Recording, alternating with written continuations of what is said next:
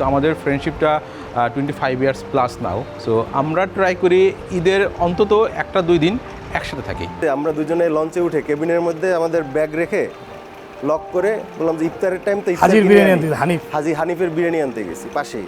Normal টাইমে যেমন 7টায় 8:30 সাড়ে সময় কোনো টাইম নাই, যাত্রী হয়েছে ছেড়ে দিছে, আমরা গিয়ে দেখি লঞ্চটা ছেড়ে চলে গেছে। আমাদের সবকিছু টাকা পয়সা সবকিছু কেবিনের ভিতর। আচ্ছা, আমরা তারপরে বাসে উঠে দুইজনে শর্ট প্যান্ট পরা, দুইজনে গেঞ্জি গায়ে দেওয়া, একদম 3/4 প্যান্ট আর গেঞ্জি। তো চলে গেছি বরিশাল যেতে আমি রিসিভ করছি। লঞ্চ ফোন দিছে যে আমরা কিন্তু এখন আবার ঢাকা রিটার্ন আসবো, আপনি না আসলে। আপনাদের সবাইকে জানাচ্ছি ঈদের শুভেচ্ছা, ঈদ মুবারক। আপনাকে ঈদের শুভেচ্ছা। এই যে ঈদ, কিন্তু বন্ধুত্বের সাথে একসাথে আপনারা অনেক ঈদ পার করেছেন, এখন তো উদ্যোক্তা হয়েছেন, একসাথে ব্যবসা করছেন। ঈদ আপনারা কি একসাথে করেন নাকি আলাদা করেন? যদি আমার গ্রামের বাড়ির কথা বলি, আমরা পাশাপাশি উপজেলার, আমরা দুজন একই উপজেলার, তারা দুজন একই উপজেলার। আলটিমেটলি আমরা সবাই একই বিভাগের পাশাপাশি উপজেলার। তো ঈদের ছুটি মোটামুটি গ্রামের বাড়িতে একসাথেই করা হয়।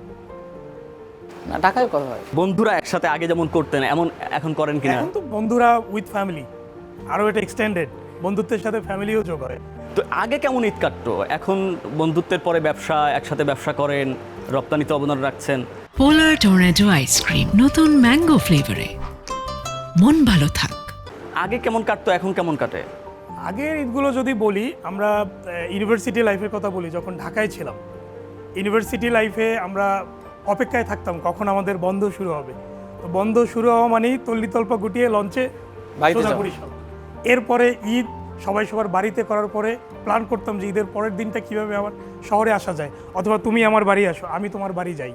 এই টাইপের একটা গেট টুগেদার হতোই আমাদের। এখন ঈদগুলো একটু আমরা তো এখন পেশাগত কারণেই ঈদগুলো অন্যরকম হয়। আগের ঈদগুলো যেরকম একটা আনন্দ থাকতো, আমাদের মাথায় কিছু থাকতো না, আমরা বাড়িতে যেতাম, ওখানে গিয়ে মানে হই হুল্লোড় করতাম, একটা ব্যাপারগুলো অন্যরকম থাকতো। কিন্তু এখন এই যখন আমাদের ব্যবসা এবং লাইফের যে স্ট্রেস, ফ্যামিলির স্ট্রেস, এখন ঈদগুলো একটু অন্যরকম। কারণ এখন আপনাকে ঈদের আগে শ্রমিকদের বেতন, বোনাস এগুলো দিয়ে যেতে হবে, এগুলো কমপ্লিট করে দেন আমরা লিভ করতে পারি। মানে অনেক চিন্তা মাথায়। হ্যাঁ, স্ট্রেসটা বেশি, বাট আনন্দ একই রকম আছে, আনন্দ ধরনটা চেঞ্জ হয়েছে। আমি যখন শ্রমিকদের বেতন, বোনাস দিতে পারি, তখন ওদের যখন হাসি মুখটা দেখি, তখন কিন্তু এই আনন্দটা আমাদের মাঝে দ্বিগুণ হয়ে ফিরে আসে। তখন আমাদের কাছে এটা মনে হয় যে না, আসলে তো আমরা সমাজের জন্য কিছু করছি, আমাদের সোশ্যাল কন্ট্রিবিউশন অনেক বেশি। শুধু যদি এটা ব্যবসা হিসেবে দেখি এটা একটা না, কিন্তু এটার সোশ্যাল কন্ট্রিবিউশন অনেক বেশি, ইম্প্যাক্টটা অনেক বেশি। আর ঈদটা সবাই আমরা এখনও চেষ্টা করি একসাথে কাটানোর, যেহেতু আমাদের ফ্রেন্ডশিপটা 25 ইয়ার্স প্লাস নাও। সো আমরা ট্রাই করি ঈদের অন্তত 1-2 দিন একসাথে থাকি এবং ফ্যামিলি নিয়ে থাকি, এবং এটা গ্রামই হয়। আমাদের ঈদগুলো এখনও গ্রাম হয়, আমরা গ্রামে মাটির টানে চলে যাই। এবং মজার একটা জিনিস যেটা হয়, আমরা ঈদে ভাগ করে নেই এই ঈদে কার বাসায় দুপুরবেলা আমরা খাবো। তো এটা নিয়ে আমাদের মধ্যে একটা হয়ে যে যায়। ঈদ নিয়ে যে মজার একটা গল্প প্রসঙ্গ চলে আসলো, আপনাদের মধ্যে এরকম আছে কিনা? আপনারা যখন একসাথে আগে এই ব্যবসার বাইরে যখন ছিলেন, মানে পড়ালেখা করতেন, বন্ধুরা ঘুরে বেড়াতেন, ঈদের কোনো মানে মজার কোনো গল্প আছে কিনা? মানে একবার ঈদে এমডি সাহেব আর আমি একসাথে যাইতেছিলাম। তো যেটা হয়েছে, আমরা দুজনে লঞ্চে উঠে কেবিনের মধ্যে আমাদের ব্যাগ রেখে লক করে বললাম যে ইফতারের টাইম তো হানিফের বিরিয়ানি আনতে গেছি পাশেই। তো এসে দেখি যে ঈদের সময় তো লঞ্চে হলো আপনার সিস্টেম অনুযায়ী নির্দিষ্ট সময় ছেড়ে দেয়। নর্মাল টাইমে যেমন 7টায় 8:30 সাড়ে সময় কোনো টাইম নাই, যাত্রী হয়েছে ছেড়ে দিছে, আমরা গিয়ে দেখি লঞ্চটা ছেড়ে চলে গেছে।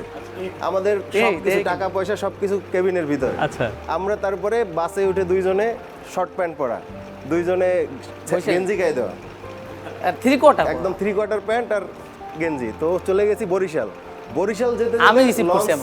লঞ্চ ফোন দিছে যে আমরা কিন্তু এখন আবার ঢাকা রিটার্ন আসবো, আপনি না আসলে। তারপরে আমাদের লোক পাঠায় ব্যাগ ওখান থেকে কেবিন থেকে মানে বের করায় আমরা গিয়ে রিসিভ করছি। এই জার্নিতে আরও মজার কাহিনী আছে। ঈদের 2 দিন বা 3 দিন আগে হয়তো, ওই সময় কিন্তু বাসের সিট পাওয়া সোজা ছিল না। আমরা নদী পার হয়ে ওইখানে মোটরসাইকেল কিছু অংশ বাসের ছাদে, এরপরে স্পিড বোর্ডে, এই করতে করতে 7:30 থেকে 8টা, এরপরে বরিশাল পৌঁছেছি 1টার দিকে। ওই জার্নিটা এটা আজীবন মনে থাকবে, একটা মনে রাখার মতো। ছাদের উপরে বসে আমরা দুইজন ছাদের উপরে বসে